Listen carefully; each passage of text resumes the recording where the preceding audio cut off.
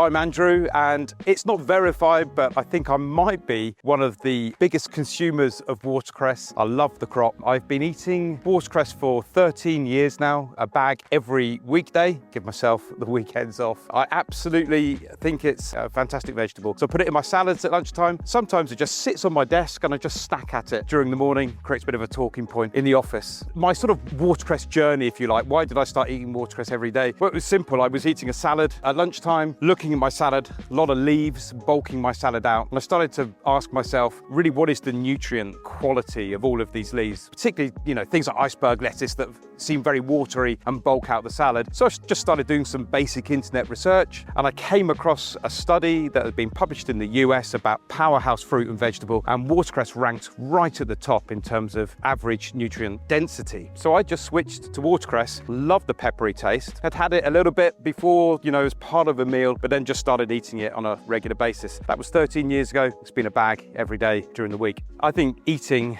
actually is quite complex. I think managing our diet has become difficult, particularly with busy work schedules. And so therefore a salad at lunchtime is often where we're getting a lot of our nutrients. Obviously a good evening meal with veg is important. How we start the day is important, but during the day we're rushing. And so it was important that what I was eating did give me that nutrient hit. And I found that heavy carbs and that kind of stuff was just slowing me down in the afternoon and making me feel tired. So therefore eating largely vegetables with some protein at lunchtime was what I was after, and therefore just the nutrient quality of those vegetables became important. When you've been eating a bag of watercress every weekday for 13 years, then you become a little bit of a bore on the topic. You start looking into it. I then discovered there was a watercress festival. I first came to the Watercress Festival in 2018, enjoyed the day there. But then just recently, this year at the Watercress Festival, the Watercress Company were offering parking at one of their farms and a watercress tour. I think for a lot of people that would be interesting. For me, a little bit like being invited backstage when you're watching your favorite band. So there I was, actually on a watercress farm, talking to a watercress farmer, and that was just fantastic. Maybe Tom was a bit surprised in terms of how interested I was, my